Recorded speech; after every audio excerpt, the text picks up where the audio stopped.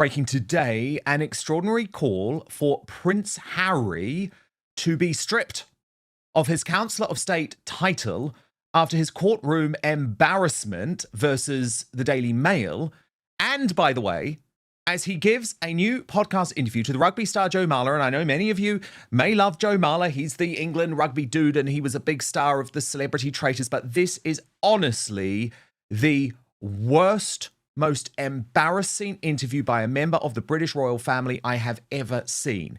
So first, let me get to these calls in regards to the Counselor of State position. And this is significant because it is the Times newspaper, which is widely regarded as the establishment newspaper in the United Kingdom and doesn't usually make a big call like this, but it is the formal voice of the Times arguing that as a result of Prince Harry's decision to attack the judiciary as a complete and obvious whitewash, sadly not altogether unexpected after the Daily Mail's total exoneration, that it is simply inappropriate for him to be in a position where he has to potentially sign off laws if King Charles and a number of other royals are ever incapacitated.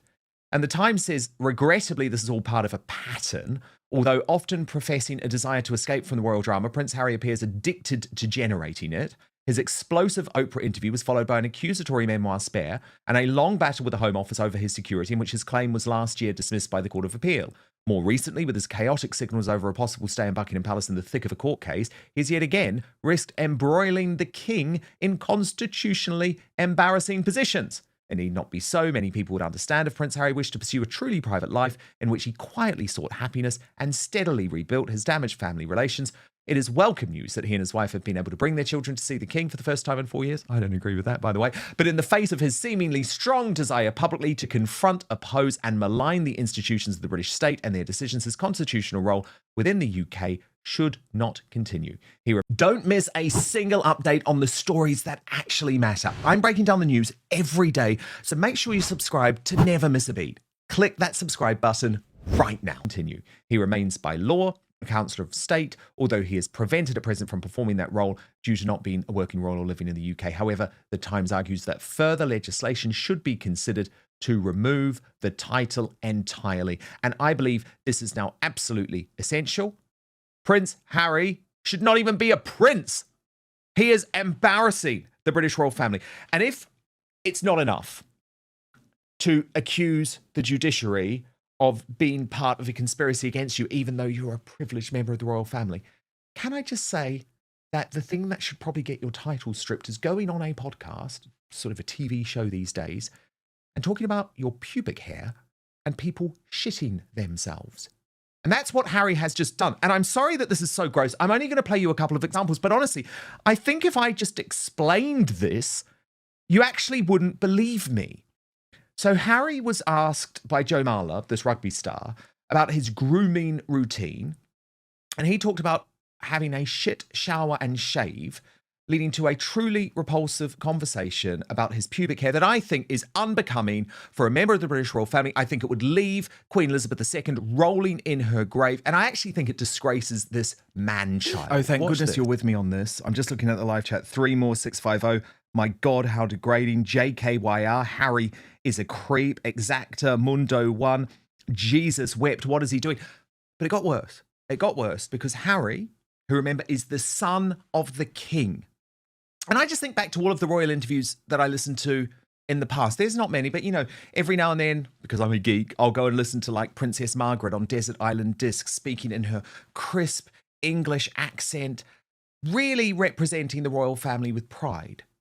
In what I think is the lowest moment for an interview by a member of the royal family in history, Harry decided to joke about shitting himself. Mike Graham, that's the son of the king. That is the son of the king. Dan, I'm not a wilting flower.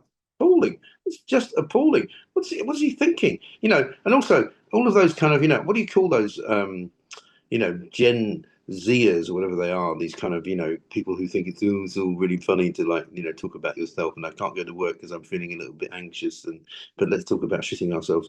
It's really awful. That is awful. I'm literally, I'm watching that. I was aghast. It's genuinely a new low, isn't it, Mike? Because the thing is, over all of the past few years, Harry has tried to make out that he's this big brain and this sensitive soul. Actually, he's just a man-child. And all of a sudden, when you watch that, look, I know we've all got our strong views on Ms. Markle, but when you watch that, you sort of do understand why she's very turned off him. Because a woman doesn't want that, Mike. You know. No. Well, you know, there was a time when I thought that she was the villain of the piece, but actually I think it's him. Because he should know better. He was trained to be a member of the royal family. He was taught how to behave. He rejected it. He decided to become a snowflake. He decided to become a me, you know, obsessive. And actually, I think now he is more to blame for the fallout of the relationship between him and his father and him and his brother. And she's just a kind of a part of his life, a small part of his life, who he probably doesn't care about. He probably doesn't really love her. He treats her like a sort of, you know, surrogate mother because she's the mother he never had when Diana, his mother, died when he was young. But he's a pathetic specimen. I mean, it's like, come on, man. We've all suffered. We've all been through some crap. Don't be so appalling. And have some respect for the people who look up to you for one reason or another. You know, there's not many of them left, but, you know. Yeah, and also who look up to the royal family. But everything's not a locker room joke. No. It was supposed to be the ultimate modern love story. A prince and his duchess, standing hand in hand against the weight of a 1,000-year-old institution, fleeing to the sunny shores of California to build an empire on their own terms. But today, the glittering facade of Montecito is showing cracks that are no longer possible to paper over. Behind the scenes, royal insiders and seasoned commentators are whispering that the fairy tale has hit a brutal, freezing reality. One prominent voice went so far as to suggest the unthinkable, that the magic is gone, the resentment is building, and Harry is starting to realize the true cost of the kingdom he gave up. Are we witnessing the slow, agonizing unraveling of the most talked-about marriage of our generation, or is this just another wave of relentless media hostility? Today, we are pulling back the curtain on the silent crisis of the Duke and Duchess of Sussex. We'll look at the tactical retreats, the legal defeats, and the growing professional divide that has left Prince Harry standing entirely on his own. To understand how deep these current fractures run, we have to look back at the foundation. For years, Harry and Meghan didn't just present themselves as a married couple. They marketed themselves as a single, indivisible entity. Meghan famously described their connection as a two-way join, like two palm trees bound together at the roots. They did interviews together, signed production deals together, and walked every red carpet hand in hand. But fast forward to the present day, and that two-way join has effectively split into two entirely different public lives. The united front has vanished, replaced by what PR experts call a brand decoupling. While Harry has spent the past year flying back and forth across the Atlantic, waging grueling, emotionally draining, and incredibly expensive legal battles against the British press, Meghan has been conspicuously, loudly absent. She didn't join him in the London courtrooms. She didn't stand by his side as he faced intense media scrutiny on the steps of the High Court. What some romanticized as Meghan staying home to protect the kids is being viewed by royal experts as a highly calculated, cold-blooded tactical retreat. While Harry remains trapped in the grievances of his past, relitigating old family wounds and fighting court battles that cost millions, Meghan has clearly checked out of the fight. Her focus has shifted entirely to her own future. She is launching a luxury lifestyle brand, curating high-end jams, filming cooking segments, and trying to secure her place in the upper echelons of Hollywood's elite. But also, Mike, isn't the point that, like, the royal family is meant to be the one institution who isn't going down this path, who we're not meant to know everything about, who do sit above sort of pop culture, celebrity culture. I mean, there's another part of the interview where they're joking about OnlyFans, and you're just like, no, not I mean, you can't imagine. you. You can't imagine, you know, William and Kate sitting there talking about never. how she shaves her armpits, you know? Never. It just wouldn't happen. Wouldn't happen. Never. It's interesting too, Mike, because this court case, I mean, I know you always predicted that this court case was going to be a total disaster for Prince Harry, and it turned out to be that way.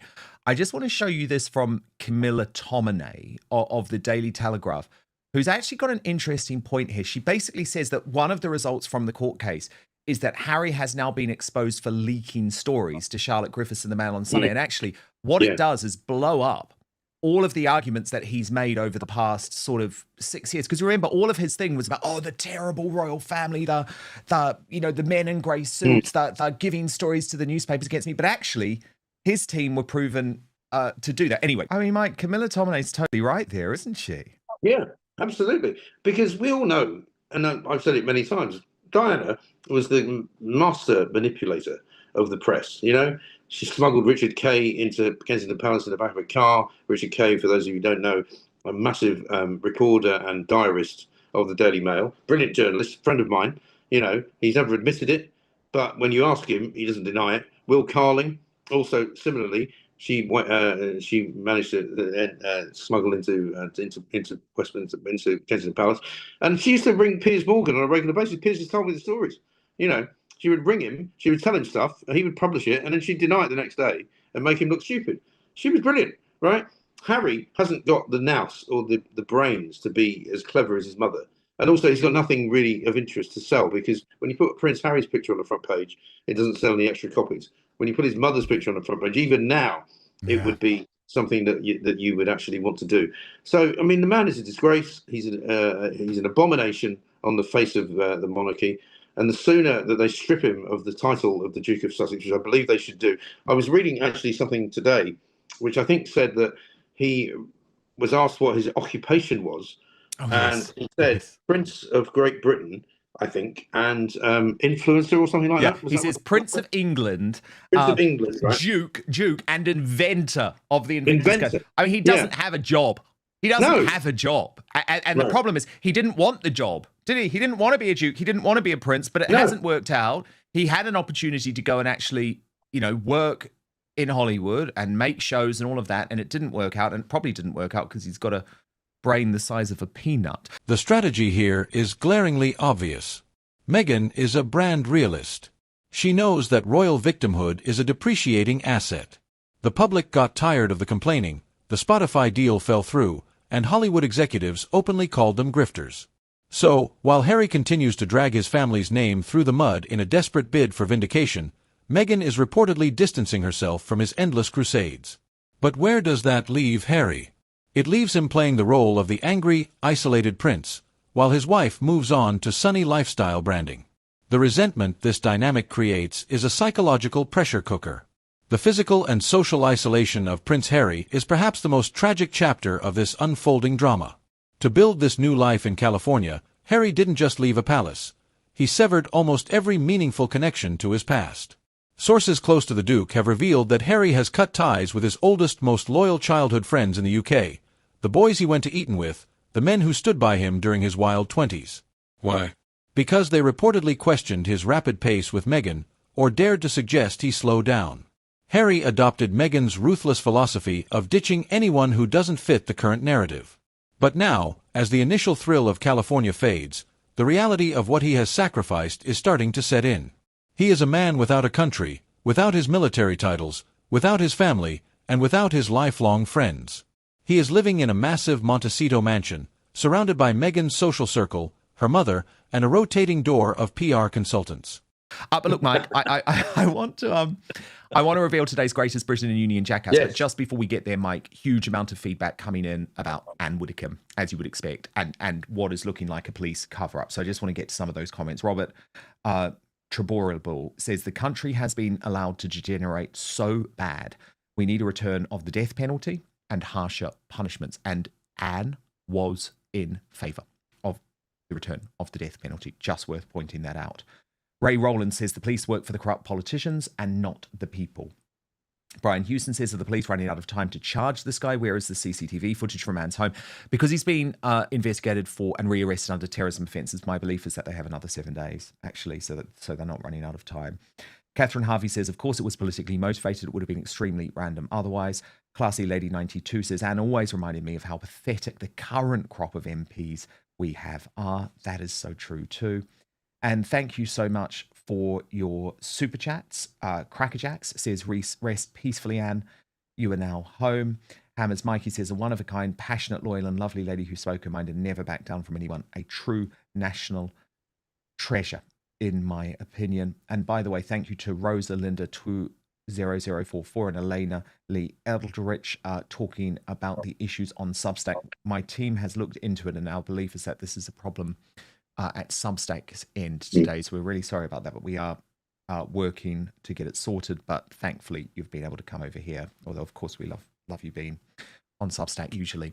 So a reminder of the greatest Britain and Union Jackass nominees. So Mike has nominated for the worst Briton in the world today, Matt Langman. He's the Assistant Chief Constable for Devon and Cornwall Police. He said initially they had no reason to believe Anne's death was down to political motives. He's also nominated Cathy Newman for entertaining the idea that the current threat to MPs is the fault of Elon Musk. Of course she has. And I went for Paul Brand of Woke ITV for his terrible reporting, actually, on this whole topic. With 16% of the vote, it is Paul Brand in the third place, which means, Mike, you're a winner either way. The runner-up is Matt Longman with 23% of the vote. But look, of course, it had to be Cathy Newman of Sly News. Today's Union Jackass with 62% of the vote. And who have you gone for as our greatest Briton today, Mike?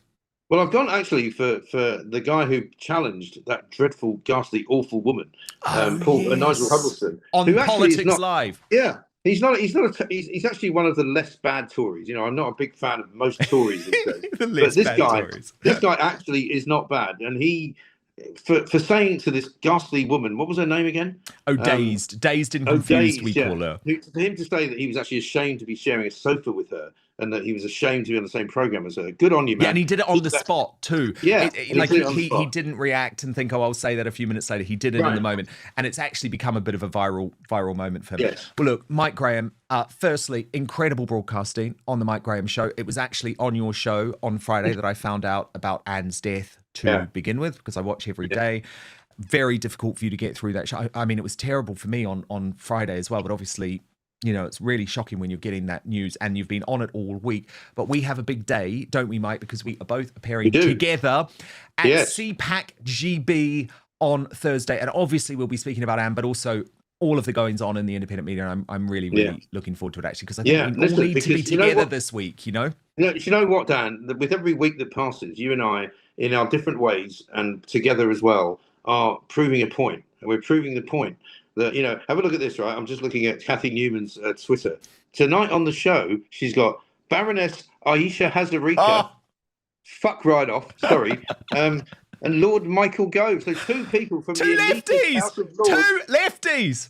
Two lefties from the elitist House of Lords. Who do they think they're appealing to? That's balance. That's balance on Sly News. That's the hilarious thing. I mean, Michael Gove is not a conservative. Like, anyone who thinks Michael Gove is a conservative. No, you're right. And that's why we're going to push the cause for the independent media, aren't we, at CPAC GB? Because obviously there's going to be a lot of mainstream media there as well. But our session is specifically focused on the independent media, and Jack Posobiec from America is also coming over. I think it's going to be brilliant, actually. I'm really looking forward to it. But I'm more looking forward to it, actually, Mike, just for all of us to be together after what has been, let's be honest, a traumatic week for everyone on the right. There'll be a lot of people there, I think, who are big fans of Anne Widdecombe. There's going to be a big reform contingent because Nigel Farage is giving the keynote address. That's on the Friday. When the golden cage of Montecito feels less like a sanctuary and more like an exile, who does he turn to? This brings us to the most damning and controversial claim currently circulating in royal circles. Critics and commentators, on broadcasts from London to New York, are beginning to ask a brutal question. Is the love still there? Commentators like Mike Graham and seasoned royal biographers have openly wondered if the very foundation of this marriage has rotted away. The argument they present is harsh, but logically consistent. Harry's entire life since 2018 has been a relentless, exhausting, high-stakes effort to please a woman who always wants more. More global influence, more wealth, a grander stage, a bigger platform. Harry literally gave up his birthright to give her the Hollywood dream. But now that the multi-million-dollar deals are drying up, and the A-list elite of Los Angeles are quietly distancing themselves to keep their invitations to Buckingham Palace secure, the dream is faltering. When a man sacrifices everything for a dream, and that dream starts to slip through his fingers, the romantic illusion evaporates. In its place, quiet, simmering resentment builds. Harry sacrificed his identity to be a co-star in Meghan's brand, but now he's increasingly left playing second fiddle to a commercialized lifestyle label. If the romantic spell has indeed been broken, what is actually left holding this marriage together? The answer, according to many brand analysts, is simple: mutual survival. At this stage, a divorce or a formal separation would be a mutually assured destruction for both of their brands. Meghan's entire public profile relies heavily on her royal title and her connection to the British royal family through Harry. Without the Duchess moniker, she loses her primary marketing hook. And Harry? For Harry to admit that this marriage failed would mean admitting to his father, King Charles, to his brother, Prince William, and to the entire world that they were right all along. It would mean admitting that the immense pain, the family rifts, and the public betrayals of his memoir Spare were all for a fairy tale that ended in a courtroom split. So, they are locked in. Bound together not just by their children, but by a brand that cannot afford to fail. But living in a marriage for the sake of a public relations strategy is an incredibly lonely way to live. Is this just standard, cynical tabloid noise designed to tear down a couple that dared to walk away? Or are we watching the slow-motion, tragic unraveling of a prince who gave up everything, only to realize he lost himself in the process? One thing is absolutely certain. Without the royal family left to fight against, the Sussexes are finally forced to look across the table and just look at each other. And as the California sun sets on Montecito, they might not like what they see. But as always, the most important opinion is yours. Do you think Harry and Meghan's marriage is genuinely in trouble under the weight of this new crisis, or is this just another media storm that they will weather together? Let me know your thoughts in the comments below. I read every single one of them. While you're down there, make sure to hit that like button, subscribe to the channel, and ring that notification bell so you never miss another deep dive into the royal family.